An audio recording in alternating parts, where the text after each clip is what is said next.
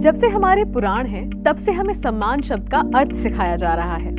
इन पुराणों ने ये शिक्षा सबके लिए सामने रखी है कि सम्मान सबके लिए एक सा रहना चाहिए, चाहे वो मानव हो या देव हो, और उनके आपसी संबंध का स्वरूप कैसा भी हो।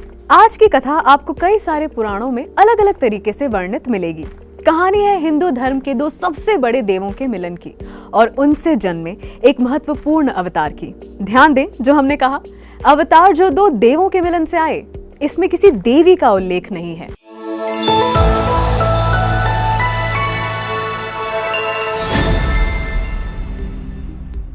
संसार के पालनकर्ता विष्णु और इसके संहारकर्ता शिव ने मिलकर एक पुत्र को जन्म दिया था, और ये पुत्र और कोई नहीं, दक्षिण भारत में श्रद्धा से पूजे जाने वाले अयप्पा हैं, जिनका मंदिर केरला के सबरीमाला पहाड़ पर है।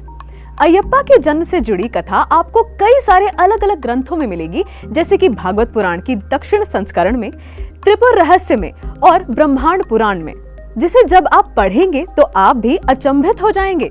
तो आइए भगवान अयप्पा के पिता और माता समान कौन है, आपको बताते हैं। अयप्पा के पिता शिव को माना जाता है और माता विष्णु के मोहिनी रूप को।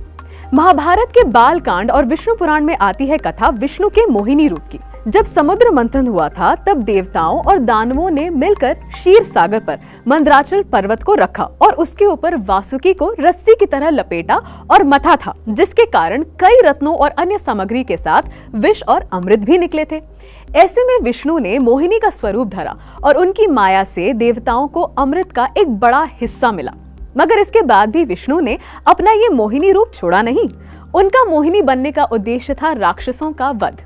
इसके बारे में आपको विष्णु पुराण और गणेश पुराण से लेकर थाई सभ्यता के रामायण संस्करण रामकियन की प्रस्तावना में भी विवरण मिलता है। ऐसे में एक राक्षस की कथा हम यहाँ आपको बताते हैं। भस्मासुर नाम का एक विकराल और क्रूर राक्षस था। उसने भगवान शिव की उपासना की और उनसे वर मांगा, प्रभु, मैं जिस पर अपना हाथ रखूं वो भस्म हो जाए।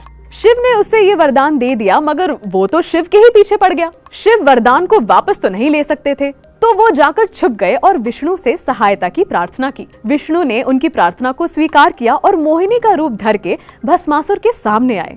भस्मासुर मोहिनी को देखकर तुरंत प्रभावित हो गए और उसे विवाह का प्रस्ताव दिया। मोहिनी ने हंसकर कहा, मैं तो उसी से विवाह करूंगी जो मेरे जैसा सुंदर नृत्य कर सके। आप ये कर सकते हैं असुरराज? भस्मासुर का अहम जाग गया और उसने ये चुनौती स्वीकार कर मोहिनी संग नृत्य करना शुरू कर दिया। मोहिनी ने छल से ऐसी मुद्रा धरी कि भस्मासुर का हाथ अपने ही सर पर आ गया और वहां पर रुक गया, और बस वो वहीं भस्म हो गया। इसके बाद की जानकारी जो अलग अलग पुराणों से आती है, अब उसे ध्यान से सुनिए। शिव को जब पता चला कि मोहिनी ने उनका भस्मासुर से पीछा छुड़ा दिया है, तो वो बहुत प्रसन्न हुए। उन्होंने विष्णु का सत्कार किया और उन्हें धन्यवाद दिया।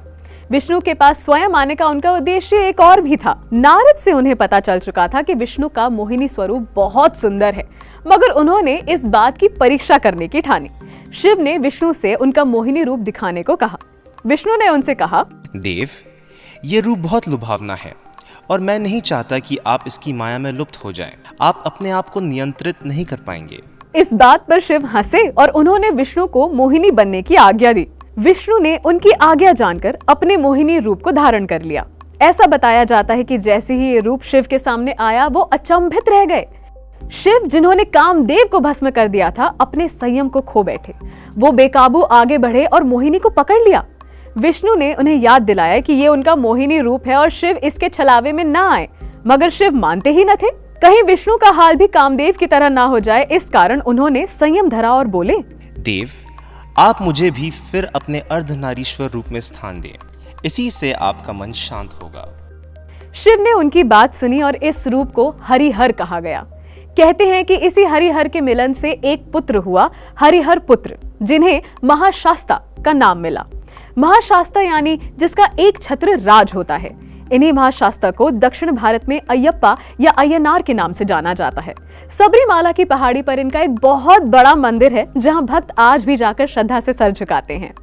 विष्णु और शिव से जन्मे अयप्पा भी भगवान माने जाते हैं और इन्हें भी सम्मान से वही दर्जा दिया जाता है जो इनको जन्म देने वाले शिव और मोहिनी बने विष्णु को।